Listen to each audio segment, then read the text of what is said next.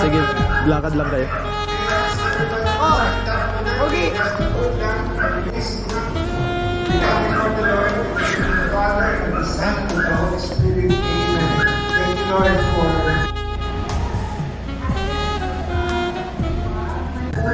thank God. Give us the strength as we continue to serve you with love and with joy. Bless us, O Lord, and this is our gift we are about to receive from the bounty through Christ our Lord. Amen. Father, Son, and Spirit. Amen. Okay, JJ, kayo na yung attack. Okay, next question.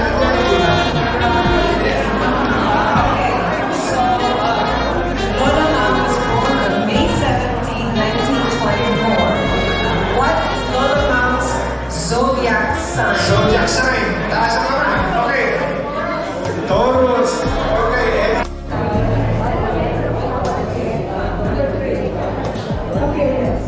Okay, what are some personality traits of Taurus? A. Hardworking. B. Dependable. C. Stubborn. D. All of the above.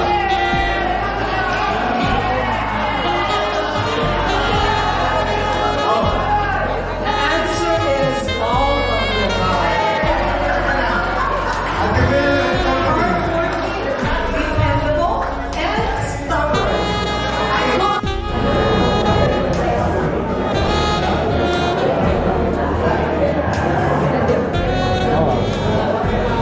Lalaman.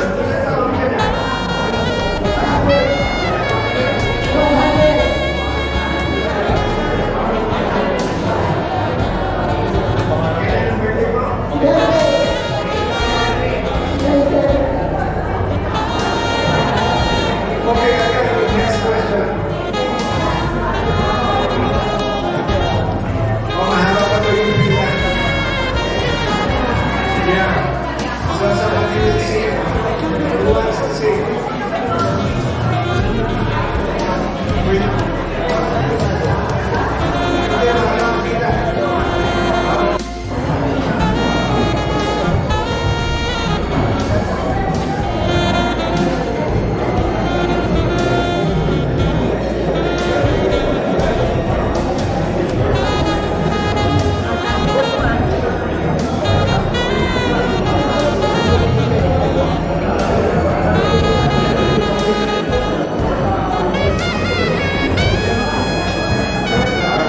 Okay, may nakapag sa picture na tapos na kayo sa picture, pwede na diretso sa pagkain. Diretso na sa food. Kumain ka daw ba? Oo po. May dalawa pang naupuan. Kasi nawalan ako naupuan.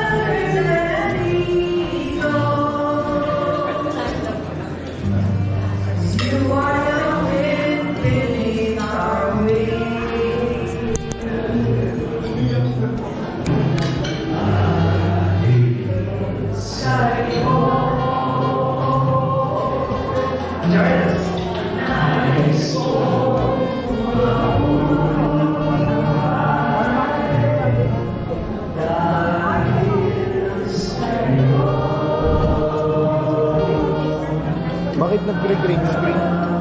Tapos mag-off? Ano na yung battery? Ano na? 11% pa eh. Okay, so we are on to Vancouver. So we're gonna go there, guys. Okay? So, yeah. So time to go to okay?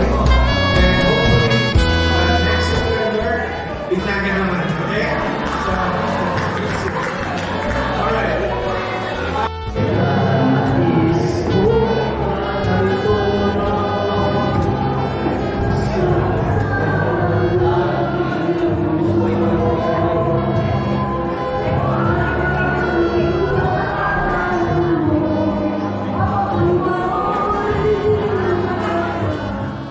Okay, so bring me games.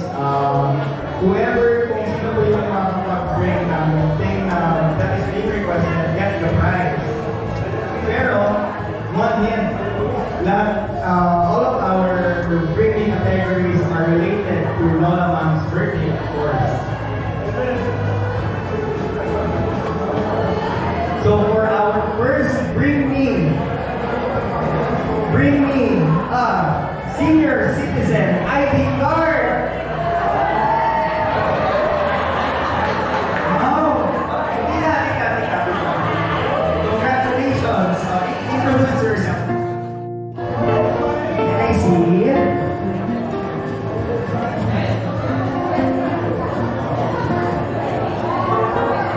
So this paper bill is from 1998.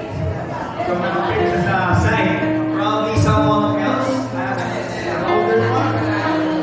Let's go in 5, 4.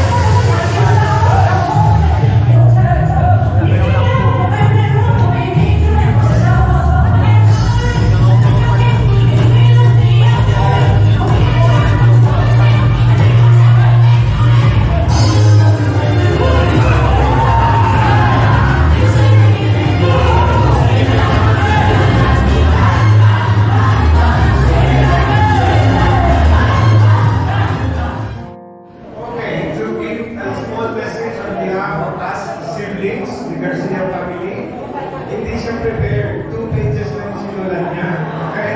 Si Ate Aileen.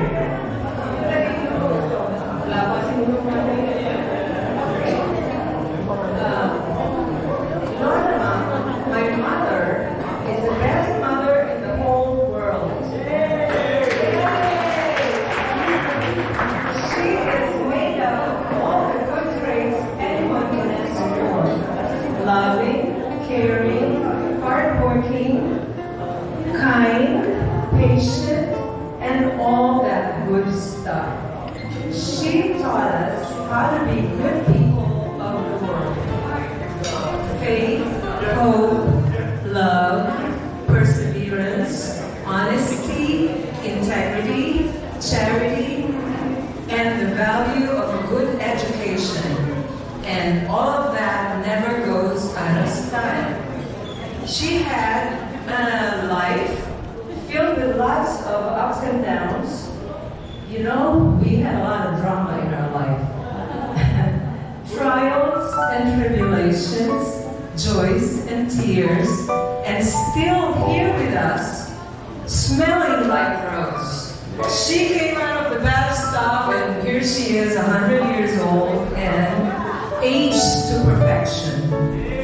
A perfect 100 years old.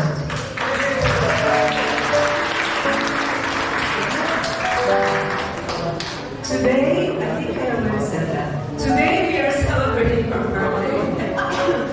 We are very grateful for all that she has done for us all these years. We love you, Mom. Thank you for everything.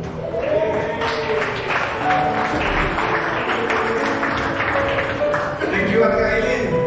Ma'am, happy birthday. Okay?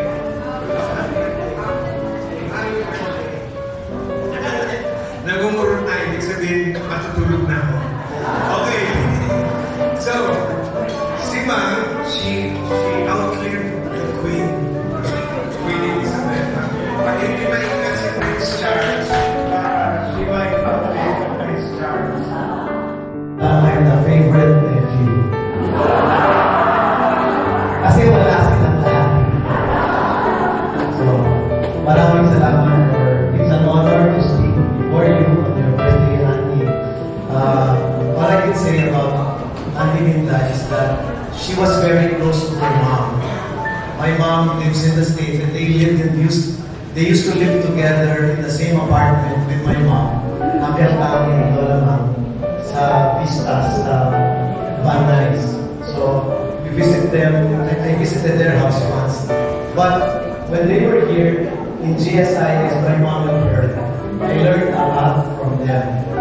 Kasi, I think, important lessons that, I guess, children like us to her and our kids to us, you know, is that I wish our children would always listen to our parents who are good examples.